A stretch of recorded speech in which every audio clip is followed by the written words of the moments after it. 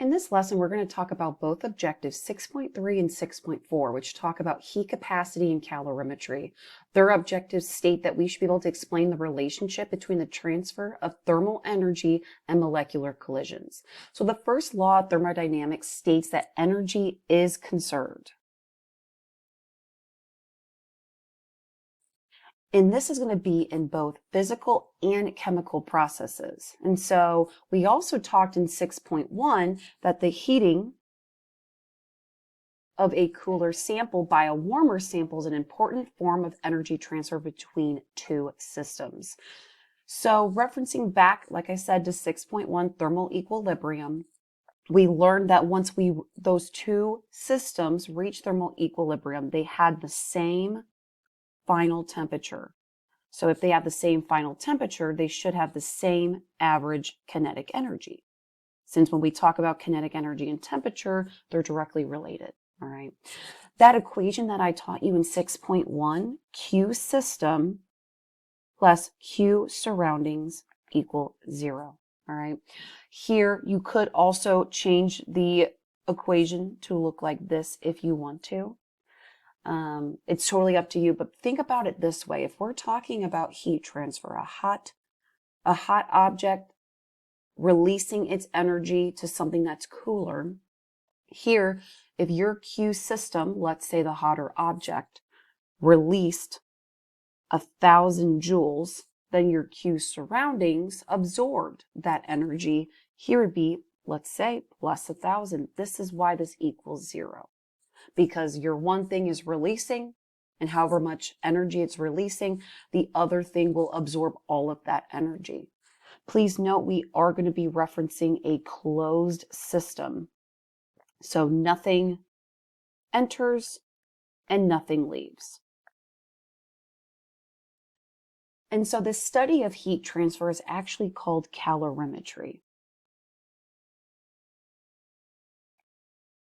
Calorimetry, a calorimeter, is that closed system, which can end up being like a coffee mug is considered a calorimeter. A thermos would be another one. Here, anything that traps in any heat or energy, that would be a perfect use of a calorimeter to study that heat transfer, okay?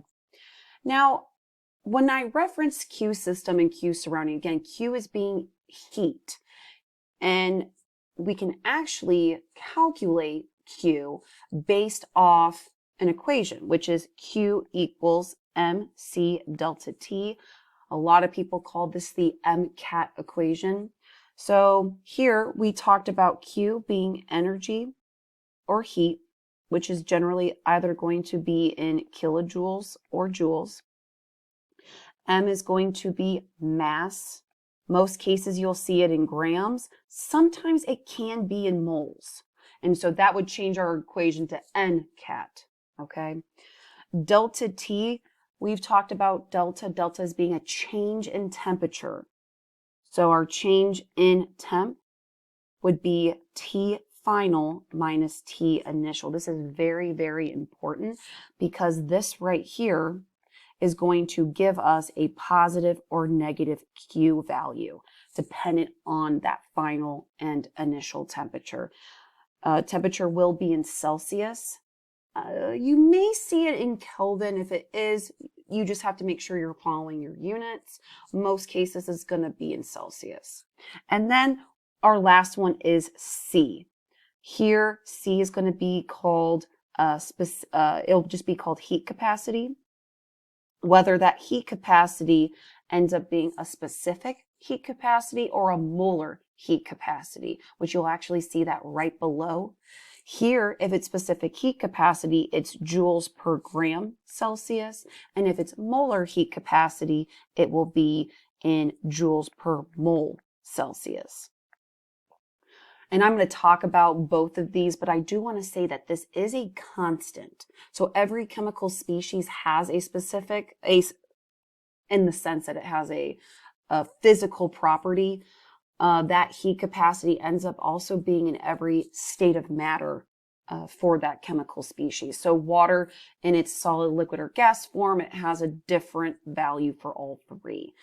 And so let's talk about the definitions for them. So with specific heat capacity, this is the amount of energy, so this is where joules comes into play, required to raise 1 gram of a substance by 1 degree Celsius. So, for example, water as a liquid will be 4.2 joules per gram Celsius. Sometimes you might see 4.18. It's used interchangeably. So for water, if you had 1 gram of water and you want to change it from 20 degrees Celsius to 21, it would take 4.2 joules of energy to make this happen. And I'm going to put this up in the corner because we cannot forget that 1 kilojoule equals 1,000 joules. You are going to need to memorize that. Now, molar heat capacity will be the amount of energy, again, in joules, required to raise 1 mole of a substance by 1 degree Celsius. Please note for both of these, we can convert between both of them. And the only difference is you realize one is in grams, one is in moles. And so we learned in Unit 1 that we can convert grams and moles with molar mass. So knowing the molar mass in grams per mole of that substance, you can convert between specific heat capacity and molar heat capacity. Just again, watch your units. That's my biggest thing about this unit. All right. Chemical systems, they change their energy through 3 main processes. So here we had talked about from 6.1, objective 6.1, we can look at heating and cooling. We can look at phase transitions and also chemical reactions. Again, we talked about this in 6.1. Here, this third one, chemical reactions based off chemical changes, while the first 2 is going to be more towards physical changes. The reason I'm referencing this again is whenever you're doing any of this math, you have to ask yourself, oh, is this substance just changing phases? Is this substance reacting with something else and making something new? That's going to be a chemical change, okay? So with physical and chemical, when it comes to physical, outside sources provide energy. So what that means is a hot plate would be considered an outside source. Think about trying to melt something or trying to boil water. In the chemistry lab, we would use a hot plate for that. So the hot plate would be our surroundings releasing energy to that system, let's say water, to help it boil, okay? Here, hot plates, Bunsen burners. You could even say a freezer if we wanted to freeze something, go from a liquid to solid, etc. Here, just know that about physical changes. We would be using outside sources to provide energy. For chemical, no outside forces of energy is used. So nothing is supplying energy coming from like a hot plate, Bunsen burner, or whatnot. So here we would use a thermometer to measure energy being transferred. That's the only way to tell us if this was the chemical change. If we see a change in energy, there's a change in temperature for that.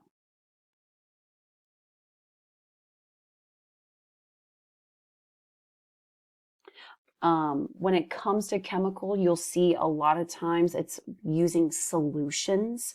So knowing if we are working with a solution, it will be in the aqueous phase. So if you see a lot of solutions reacting with one another, we got to measure water to see if we measure the water's temperature, we can see that there was a change in energy. So let's consider this scenario right here. We have 15 grams of calcium chloride is dissolved into 100 milliliters of water at 22.5 degrees Celsius. The final temperature of the solution was 32.2.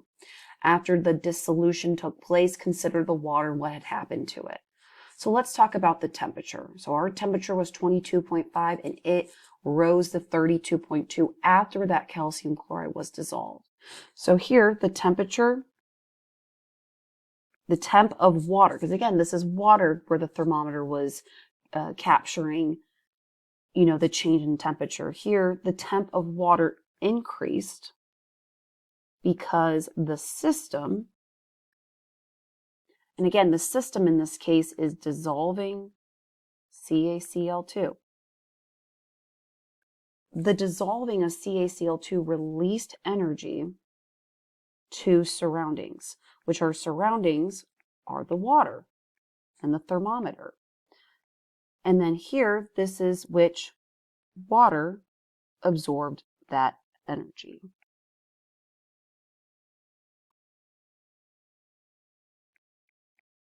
So then when we talk about the average kinetic energy, well, since the temperature increased, the average kinetic energy increased as well, because we know that this is considered a direct relationship. Increase the temperature, we increase the average kinetic energy. So if we're talking about speed of particles, referencing this equation right here, if we increase kinetic energy, we will increase the speed of the particles.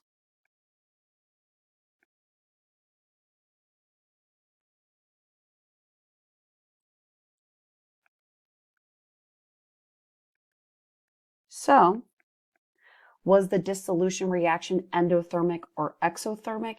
Here it's going to be exothermic. Okay, so if we actually took data and had a graph, we would see our graph like this. If we're looking at time and temp, our initial temp again was 22.5 and our ending temperature was 32.2.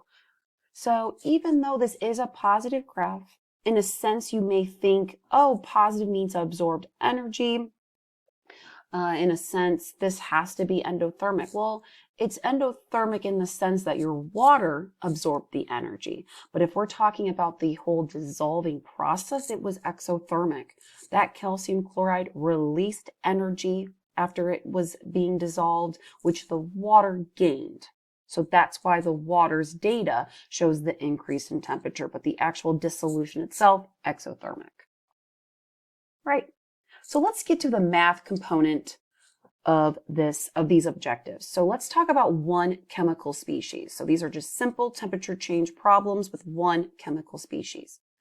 So here, how much energy is required? So here we're solving for Q. To heat 100 grams of water, this will be our M, from 25 to 27. So here, this will be T initial, this will be T final, and then we have our specific heat capacity for water, 4.18 joules per gram Celsius. So using this equation, MCAT, I'm going to plug in everything. So mass is 100 grams, heat capacity is 4.18 joules per gram Celsius. And again, this is critical that you put the correct temperatures in the right spots.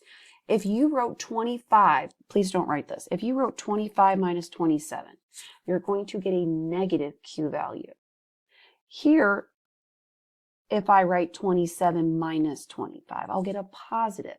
This is what we want because there's going to be an increase of temperature and this is heating it. So this would be a physical change that we're working with. This is not like the calcium chloride example. So here you provided energy to that water, which the water was absorbing. So here, this would be positive endothermic. So here, after solving all of that, you will get positive 836 joules positive. So this is endothermic because we were heating it and it was absorbing that energy, that many joules. All right. Why don't you pause the video and try this one out yourself? Please note the units. Please note the entire situation itself. But again, just watch your units when you're doing this because here things are a little bit different than the previous one. So yeah, pause the video, try this out yourself, and then I'll go over the answer. All right, so looking at this example, it says that how many grams of copper are there if copper changes by 155 degrees Celsius? So it doesn't really tell us an initial or a final, but it does tell us the change in temperature. It then tells us when it releases 3,800 joules of energy. So the key word here is that it says release. So we need to be putting a negative value, which ends up meaning when we put the change in temperature 155, you need to put a negative, because if you do not put that negative, you're going to get a negative moles, which makes no sense. I'm going to actually end up changing my equation to Q equals NC delta T rather than MC delta T because I was given a molar heat capacity. Now, if you really wanted to, you could have taken that molar heat capacity and then convert to the specific heat capacity. That was totally fine as well. If you did that, you just need to make sure you would take the 24.5 and multiply it by the molar mass of copper.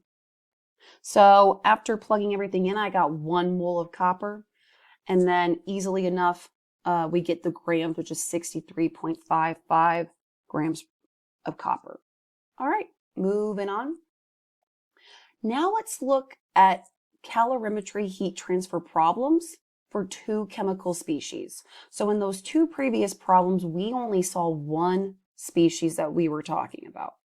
Here, this one is going to be a little bit different, but I want us to think of the equation, the Q system plus Q surroundings equals 0. So we had learned this equation right here. This is going to be the equation used for heat transfer problems. I do need a reference though. In some of these problems, you won't be given Q. So if you aren't given Q, but you're given other pieces of information, you actually can change your equation of the Q system plus Q surroundings. So you can do this.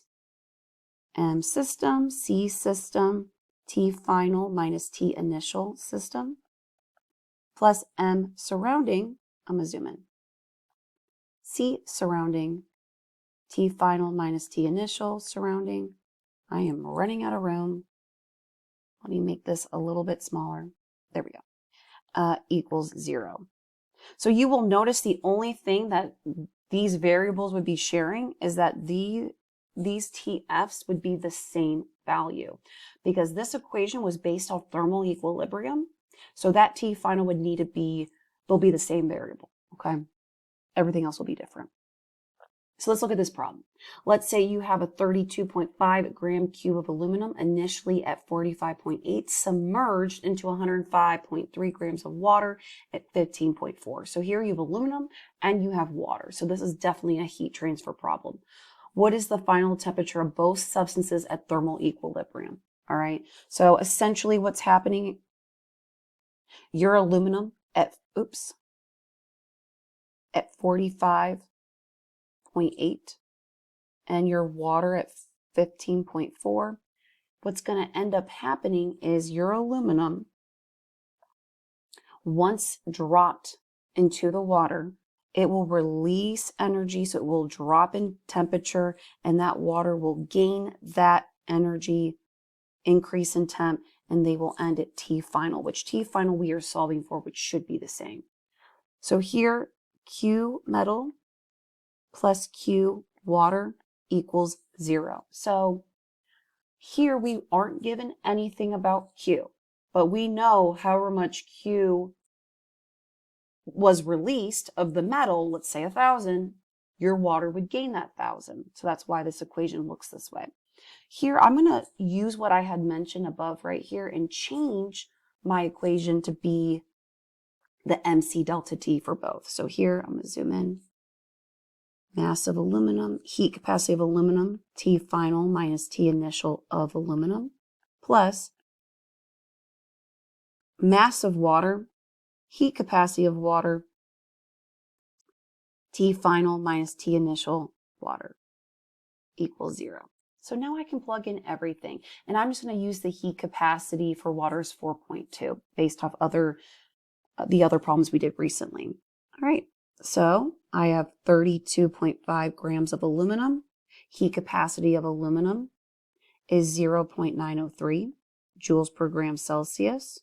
I'm solving for T final, and the initial temp of the aluminum Then I have mass of water, 105.3 grams. I then have heat capacity as 4.2 joules per gram Celsius. T final minus 15.4. So lots of things going on here. To help your work, what I would do is let's multiply these two values and then things will be just a little bit easier. So here I get my, after multiplying the mass and the heat capacities of both, I get 29.3475 plus whatever inside of that equation or those parentheses. And then the mass and heat capacity of the water is 442.26. Now what we can do is we can take that value and distribute it inside the parentheses for both the metal stuff and the water, okay? Here I then get this expression.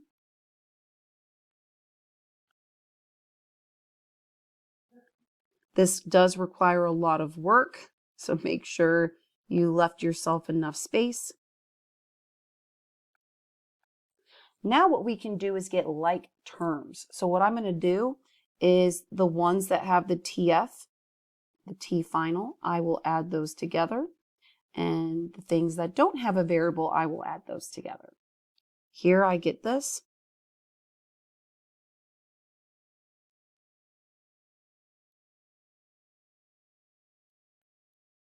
So then I'm going to add my, it doesn't matter which one you put on the other side of the equation, but we got to get T final by itself.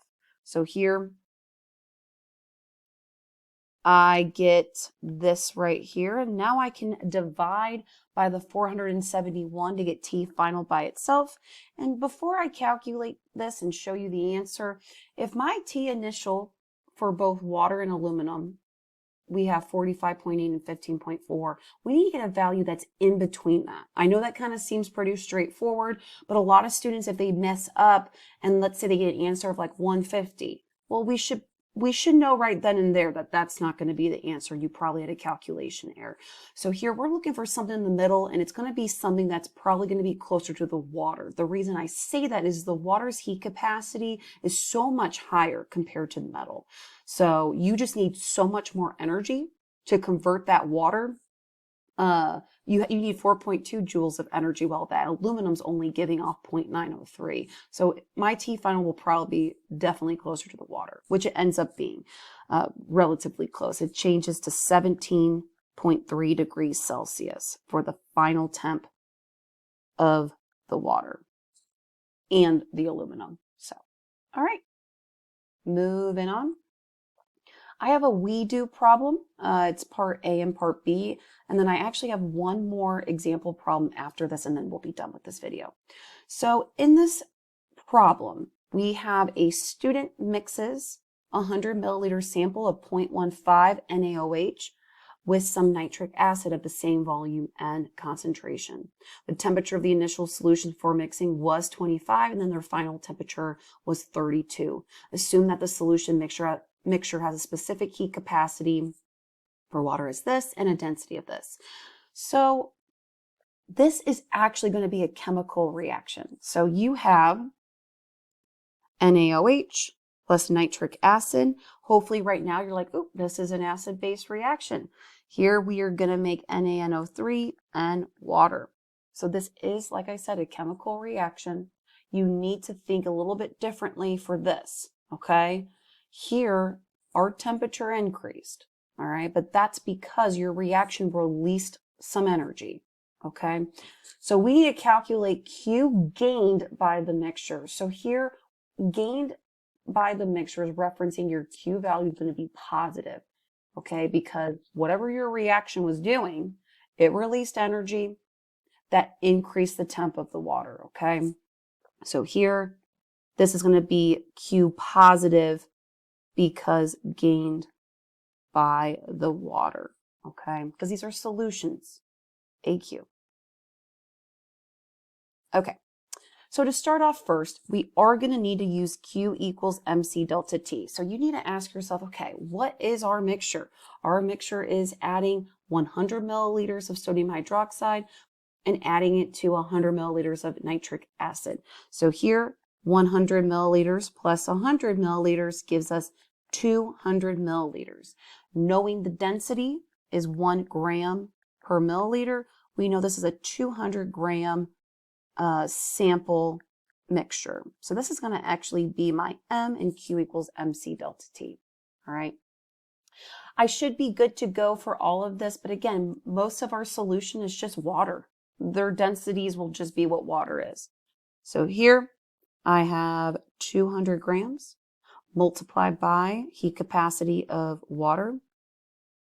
And then change in temperature, 32 minus 25. T final minus T initial. So I get my Q as 5,852 joules of energy. So that is how much your mixture gained in energy. Now what's going to happen is they may ask you, what is the heat of the reaction? So delta H has the units joules per mole, which ends up being Q over N. So we want to know the heat of the reaction per 1 mole of NaOH.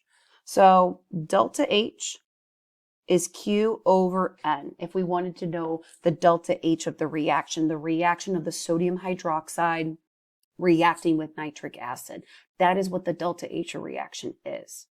So if our surroundings is water and our system is the actual reaction of nitric acid and sodium hydroxide, that means if our Q value from part A was positive 5,852 joules, that means that your reaction released negative 5,852 joules, okay?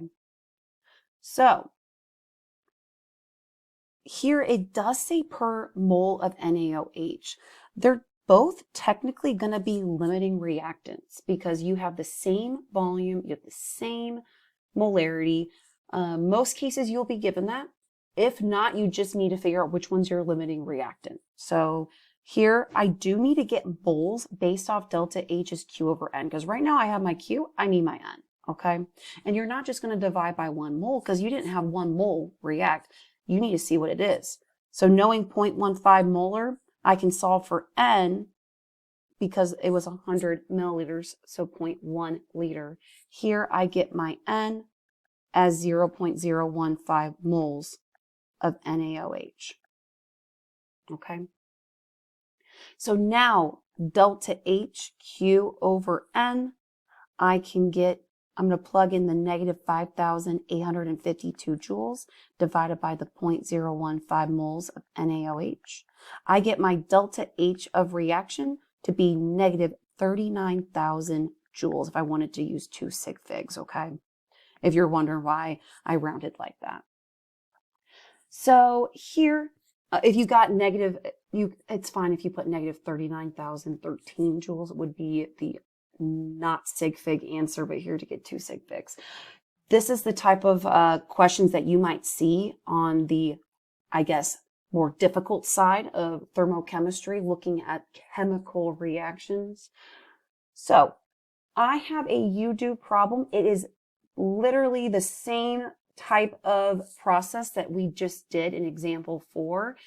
This one you have HCl plus NaOH rather than the nitric acid, but here still an acid-base reaction, just different values, different scenario.